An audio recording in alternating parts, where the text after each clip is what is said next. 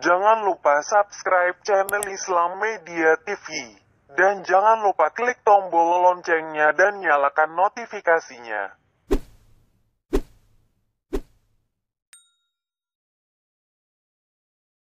Saya akan sering naik bis jurusan surat bersemangat. Kadang-kadang supirnya melihat saya tanya, Gus, saya ini supir, saya ini Ramadan itu gimana ini?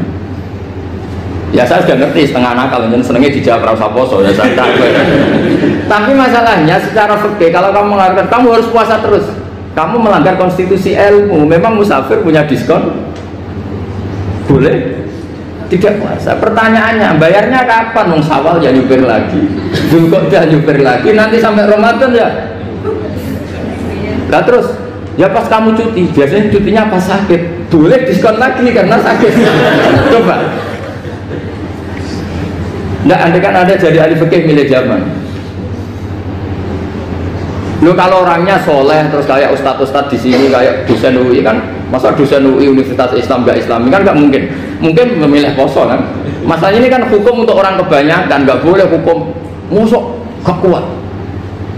Sahur jam 3:30 ngombe vitamin pokoknya harus kuat.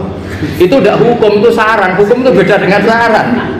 Hukum itu hanya berpijak musafir itu boleh iftar.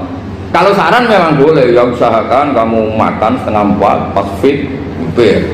Terus kalau nyupir selesai jam 10 nanti istirahat. Memangnya majikan bisa ngatur jamnya? Itu fikih. Maka menjadi perdebatan yang namanya pergi itu apa? Menurut Imam Syafi'i pergi itu ya dari rumahnya ke tempat yang asing yang tidak wilayahnya namanya pergi. Menurut Imam Ahmad bin Hanbal enggak. Pergi itu tidak kerja. Jadi orang yang supir yang seperti itu namanya tidak pergi tapi kerja. Tanyakan ke publik, misalnya jenengan ke UI, istri kamu atau suami kamu ditanya, istri kamu kemana? Kira-kira jawabnya bilang pergi jalan-jalan apa bilang kerja? Kerja. Makanya kata Imam Ahmad bin Hanbal, mudi musafar atau orang yang berprofesi, yang profesinya memang harus pergi, kayak traveling atau supir, maka itu namanya tidak pergi, namanya itu kerja. Karena apa? Sekali distatuskan pergi, maka ikut status yang dikatakan Allah dan Rasul, dapat diskon, boleh tidak puasa. Maka terus kita debat tentang definisi. Nah, definisi ini penting karena yang menjadikan hukum rubah itu definisi.